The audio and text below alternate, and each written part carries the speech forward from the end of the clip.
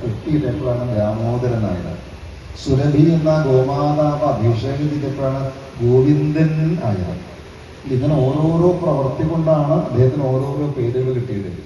ഇവിടെ നാരദനെ സംബന്ധിച്ച് എല്ലാം മാറി മാറി. ഗോവിന്ദാന്ന് വിളിക്കുമ്പോഴേക്കും ഭഗവാൻ സുരഭി അഭിഷേകം ചെയ്ത രീതിയിൽ ഓടി വരികയും അത് കഴിഞ്ഞു. എന്താ നാരദരെ എന്നെ വിളിച്ചത്? ഞാൻ നാമം തിരിച്ചു പറയുള്ളൂ, എന്തെങ്കിലും ആവശ്യമുണ്ടോ? പ്രത്യേകിച്ച് ആവശ്യമൊന്നുമില്ല, അത് ഞാൻ പോട്ടെ. പോയി ഭഗവാൻ കൊണ്ട താമസം ദാമോദരാന്ന് വിളിച്ചു. അപ്പോഴേക്കും ഒരലും വലിച്ചോന്നാ പറഞ്ഞത്. ഭഗവാന്റെ അവസ്ഥ എന്ന് ആലോചിക്കുക. ഇങ്ങനെ ശിവരാമ ഗോവിന്ദ നാരായണ മഹാദേവ കൃഷ്ണ ഹരേ ഹരേ കൃഷ്ണ മഹാദേവ നാരായണ ഗോവിന്ദ രാമ ശിവ. ഇങ്ങനെ ഏത് നാമം ജപിച്ചാലും ഇപ്പൊ ശിവാന്ന് വിളിച്ചാൽ എളുപ്പമൊന്നുമല്ലേ. അപ്പോഴേക്കും ഭഗവാൻ എന്തൊക്കെ വേണമെന്ന് ആലോചിച്ചു. തലയില് ഉള്ള ആ കാർക്കൂന്തൽ അതങ്ങോട്ട് മാറ്റി, മൈൽപീലൊക്കെ മാറ്റി, ജട ധരിച്ചുകൊണ്ട് ഗംഗാധരനായി, നെറ്റിയില് ഗോപിക്കുറി മാറ്റി പകരം ഒരു കണ്ണ് വെച്ചുകൊണ്ട്, ഭസ്മക്കുറി മാറ്റി പകരം ഗോപിക്കുറി അണിഞ്ഞുകൊണ്ട്, എത്ര വിഷമ കഴുത്തിലുള്ള കൗസ്തുഭരത്തൊക്കെ മാറ്റി വെച്ച് ഒരു പാമ്പിനെടുത്ത് കഴുത്തിലിട്ട് പൊന്നോട് പോലെ വലിച്ചെറിഞ്ഞൊരു ശൂലം പിടിച്ച് നിമിഷമേ ശിവ എന്ന നാമം ജപിക്കുമ്പോഴാണ് ശിവന്റെ രൂപം കിട്ടി വരണതേ. എന്താ നാരദരെ എന്നെ വിളിച്ചത്? എന്തെങ്കിലും വേണോ? ഒന്നും വേണ്ട, ഞാൻ നാമം ജപിച്ചത് അത്രയേ ഉള്ളൂ. എന്തെങ്കിലും വേണച്ചാ പറഞ്ഞോളൂ കേട്ടോ, ഞാൻ ഉണ്ടാവും എന്ന് പറഞ്ഞ് പോയതിന്റെ പിന്നാലെ രാമ ആവൂ. ശൂലൊക്കെ വലിച്ചെറിഞ്ഞ് അണ്ടും പിന്നും കയ്യിലെടുത്ത് ശ്രീരാമനായിട്ടൊരു വരവുണ്ട്. സീതാസമേതനായിട്ട് കൂടെ ഹനുമാനുണ്ട്, ലക്ഷ്മണനുണ്ട്. എന്നാ നാരദ മഹർഷേ എന്തെങ്കിലും ഞാൻ ചെയ്തു തരേണ്ടതുണ്ടോ? ഭഗവാൻ വിളിച്ചു ചോദിക്കാൻ. ഒന്നും വേണ്ട ഭഗവാൻ, നാമം ജപിച്ചതാ. എന്തെങ്കിലും ആവശ്യം എന്നാലും വിളിച്ചോട്ടോ. ശരി, ശ്രീരാമൻ വിളിച്ചും ഗോവിന്ദാന്ന് വിളിക്കും. അപ്പൊ നമുക്ക് ഓരോ നാമം നാരദൻ ജപിച്ചാലും ആ രൂപം സ്ഥിരീകരിച്ചുകൊണ്ട് ഭഗവാൻ നാരദന്റെ മുമ്പിൽ പോയി നമ്മളെപ്പോ നാമായിട്ട് ഇതുവരെ കാണാൻ പറ്റിയിട്ടുണ്ടോ? ഇല്ല. നാരദൻ കാണാനുള്ള ആഗ്രഹത്തോടുകൂടി പ്രേമത്തോടുകൂടിയാണ് വിളിക്കുന്നത്. നമ്മളെ പ്രേമത്തോടുകൂടി വിളിച്ചാൽ ആരെയാണോ വിളിക്കുന്നത് അവിടെ നമ്മൾ അടുത്തേക്ക് വിളിക്കില്ലേ. അല്ലാത്ത രീതിയിൽ വിളിച്ചാലോ സൗകര്യം പോലെ വരാമെന്നാവും. അപ്പൊ പ്രേമഭാവം വേണം, ഭക്തിഭാവം വേണം. ആ ഭക്തിഭാവം ഉണ്ടെങ്കിൽ ഭഗവാനെ കാണാം. ഇതാണ് നാരദൻ പറയുന്നത്. ആ ഭഗവാനെ എന്റെ മുമ്പിലേക്ക് മാത്രമല്ല കേട്ടോ, ഓരോരുത്തരുടെ മുമ്പിലേക്കും വരാൻ തയ്യാറാണ്.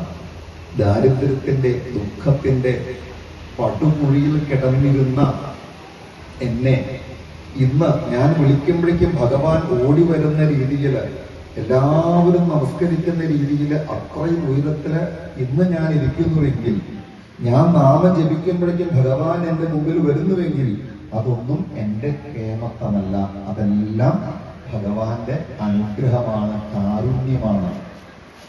ഒന്നുമില്ലാത്ത എന്നെ ഭഗവാൻ ഇത്രയും തന്നുവെങ്കിൽ അതിന് പാകത്തിൽ ഞാൻ എന്തെങ്കിലും ഭഗവാന് കൊടുത്തിട്ടുണ്ടോ? ആനയെ സമർപ്പിച്ചിട്ടുണ്ടോ? ഇല്ല. സ്വർണം കൊണ്ട് തുലാഭാരങ്ങളായിട്ടുണ്ടോ? ഒന്നും ഞാൻ ചെയ്തിട്ടില്ല. തിരുനാമം ജപിച്ചു, വേറെ ഒന്നും ഞാൻ ചെയ്തിട്ടില്ല. ആ നാമജപം കൂടുന്തോറും കൂടുന്തോറും കൂടുന്തോറും ആ കാരുണ്യത്തെ എനിക്ക് അനുഭവിക്കാൻ സാധിച്ചു. അപ്പൊ ആ നാരദനിലേക്ക് മാത്രമല്ല, എന്തായാലും ഒരു കാര്യം സമാധാനിക്കാം, ആ നാരദരുടെ അത്ര താഴ്ചയിലല്ല നമ്മളല്ലേ. അല്ലല്ലോ, നാരദന് ഏതൊരു താഴ്ചയിലായിരുന്നു, നമ്മളൊന്നും അത്ര താഴ്ചയിലല്ല. അവിടുന്ന് കുറെ ഉയർന്നിട്ടാണ് നമ്മൾ നിൽക്കുന്നത്. ആ നമ്മളിലേക്കും ഭഗവാന്റെ കാരുണ്യം എന്നുള്ളതുണ്ട്. അപ്പൊ നിരന്തര നാമജപത്തിലൂടെ ഈ നാരദ മഹർഷിക്ക് ഇത് അനുഭവിക്കാൻ സാധിച്ചതുപോലെ നമുക്കും അനുഭവിക്കാൻ സാധിക്കണം. അങ്ങനെ പ്രേമത്തോടുകൂടി ഭഗവാന്റെ നാമം ജപിക്കണമെങ്കിൽ എന്ത് വേണം? ഭഗവാൻ ആരാണ് എന്നറിയണം. അപ്പൊ അതുകൊണ്ട് ആ പ്രേമസ്വരൂപനായിട്ടുള്ള ഭഗവാനെ ജനങ്ങൾക്ക് മനസ്സിലാക്കാൻ സാധിക്കുന്ന രീതിയിൽ അങ്ങ് ഭഗവാന്റെ കഥ എഴുതൂ. എന്നാ ജനങ്ങള് അത് വേണ്ടതുപോലെ കൈകാര്യം ചെയ്യും. അതുകൊണ്ട് ജനങ്ങൾക്കും ആനന്ദം ഉണ്ടാവും, അങ്ങേക്കും ആനന്ദം ഉണ്ടാവും എന്ന് പറഞ്ഞുകൊണ്ടാണ് നാരദ മഹർഷി അവിടുന്ന് പോയത്. ഈ നാരദ മഹർഷിയുടെ ഈ പ്രചോദനമാണ് ഭാഗവതം എന്ന ഗ്രന്ഥം എഴുതാനായിട്ട് കാരണം. വേദവ്യാസൻ ആരാണെന്നും ഭാഗവതം എഴുതാൻ എന്താണ് കാരണമെന്നും ആരാൽ പ്രചോദിപ്പിക്കപ്പെട്ടാണ് ഭാഗവതം എഴുതിയത് എന്നൊക്കെ ഉള്ള ചോദ്യങ്ങൾക്ക് ഒരു ഉത്തരം പറഞ്ഞു. പിന്നീട് അദ്ദേഹത്തിന്റെ മകൻ ശ്രീശുഖത്ത് പഠിക്കാൻ എന്ത് കാരണം, ആ ഭാഗവത കഥകൾ എന്തൊക്കെ എന്നുള്ള രീതിയിലേക്കാണ് നമ്മൾ പോകുന്നത്. ഇതോടെ നിർത്തി കുറച്ച് സമയത്തിന് ശേഷം നമുക്ക് ആ കഥയിലേക്ക് പ്രവേശിക്കാം. സർവത്ര ഗോവിന്ദ നാമ സങ്കീർത്തനം.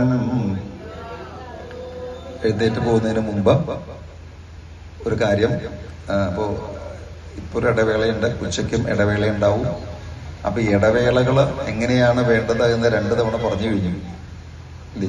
3 നേരമാണ് പൂജ, ഇടവേളയിൽ നാമജപമാണ് എന്നൊക്കെ പറഞ്ഞു. ഇവിടെ അല്ലെങ്കിൽ കഥാപ്രവചനാണ് പറഞ്ഞു, ഇവിടെ കഥാപ്രവചനാണ്. അപ്പൊ എന്ത് വേണം, ഇടവേളയിൽ നാമജപം ആണ് വേണ്ടത്.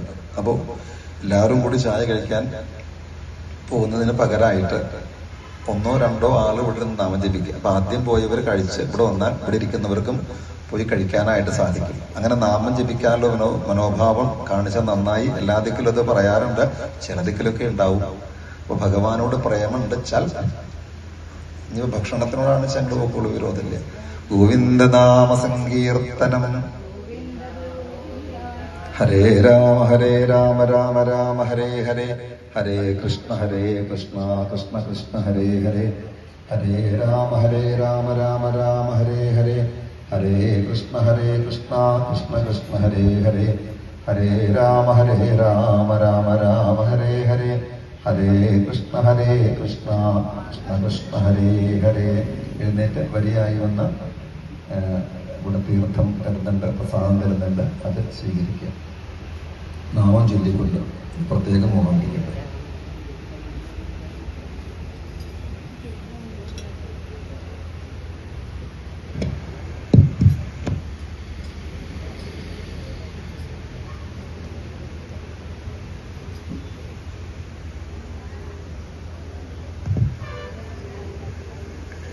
രാധേശ്യം ശ്രീമദ് ഭാഗവത സപ്താഹം 1-ാം ദിവസം വരാഹാവതാരം. ഇന്നത്തെ നിവേദ്യം ഒറ്റയപ്പം, അർച്ചന, ഭൂവരാഹമന്ത്രം, വിദ്യാവരാഹമന്ത്രം. സമർപ്പണം നെൽപ്പറ, അരിപ്പറ, പച്ചക്കറികൾ, ഫലശ്രുതി, ഭൂമിദോഷ പരിഹാരം, സദ്വിദ്യാലാഭം, കാർഷിക അഭിവൃദ്ധി.